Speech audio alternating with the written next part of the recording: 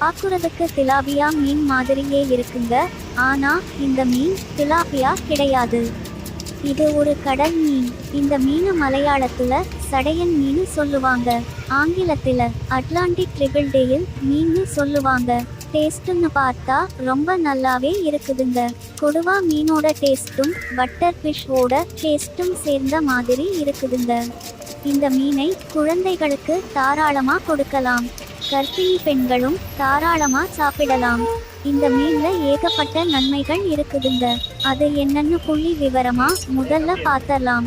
கலோரிகள் 253, மொத்த கொழுப்பு 14.9 மில்லிகிராம், நிறைவுற்ற கொழுப்பு 1.1 மில்லிகிராம், பாலியன்சாச்சுரேட்டட் கொழுப்பு 4.7 மில்லிகிராம், மோனோசாச்சுரேட்டட் கொழுப்பு 8.5 milligram, cholesterol 0.0 milligram, sodium 4784.0 milligram, potassium 215.3 milligram, மொத்த கார்போஹைட்ரேட் 27.6 மில்லிகிராம், உணவு நார்ச்சத்து 0.9 மில்லிகிராம், சர்க்கரை 0.0 மில்லிகிராம், புரதம் 4.1 milligram, vitamin E, vitamin பி12, vitamin பி6, vitamin C, vitamin D, vitamin E 14.6 milligram, calcium 11.2 milligram, தாமிரம் 6.9 மில்லிகிராம்,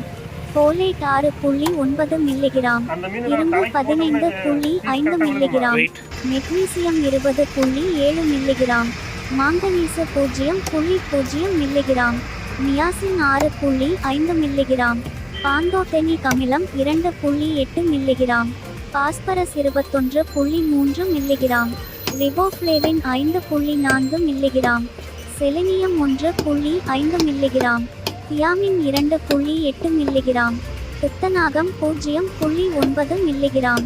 இப்போ இதுல இருக்கிற முக்கியமான நன்மைகளை சுருக்கமா பார்த்திடலாம். வைட்டமின் B5 என்று அழைக்கப்படும் அமிலம் நீரில் கரையக்கூடிய வைட்டமின் ஆகும்.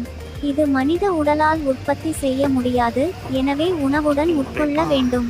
இந்த வைட்டமின் சபி கொலஸ்ட்ராலை ஒருங்கிணைக்கவும், இரத்த சிவப்பணுக்களை உற்பத்தி செய்யவும், ஆரோக்கியமான செரிமான மண்டலத்தை பராமரிக்கவும், கொழுப்புகள் மற்றும் கார்போஹைட்ரேட்டுகளை உடைக்கவும் அவசியம். மெக்னீசியம் 20.7 மில்லிகிராம் உள்ளது. இது இரத்தத்தில் மிக குறைந்த அளவு. இது சிகிச்சையளிப்பதற்கும் பயன்படுத்தப்படும் ஒரு கனிமம். நரம்புகள், தசைகள், செல்கள், எலும்புகள் மற்றும் இதயத்தின் சரியான செயல்பாட்டிற்கு மெக்னீசியம் அவசியம் ஆகும். இரும்பு சத்து பயன்கள். நோயெதிர்ப்பு சக்தியை அதிகரிப்பதில் இரும்பு சத்து முக்கிய பங்கு வகிக்கிறது. சேதமடைந்த செல்கள், திசுக்கள் மற்றும் உறுப்புகளுக்கு ஹீமோகுளோபின் அளவை அதிகரிப்பதன் மூலம் இது செயல்படுகிறது. இரும்பு சத்துக்கள் தசைகள் மற்றும் மூளைக்கு ஆக்சிஜனை கொண்டு செல்கிறது. இது உடல் மற்றும் மன செயல்திறன் ஆகிய இரண்டிற்கும் முக்கியமானது. பொட்டாசியம் பற்றி ஒரு தகவல். பொட்டாசியம் என்பது பல உடல் செயல்பாடுகளில் முக்கிய பங்கு வகிக்கும் ஒரு கனிமமாகும்.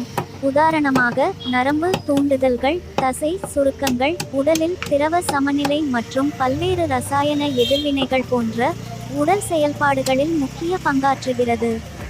இது எல்லாம் இந்த மீன்ல முக்கியமான சத்துக்களுங்க.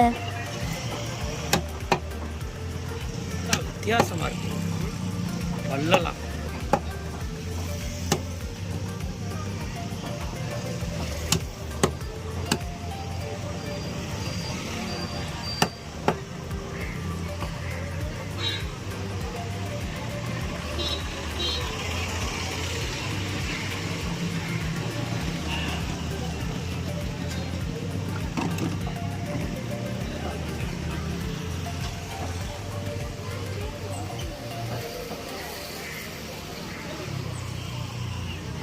பார்த்து இந்த உலகம் சிரிக்குது.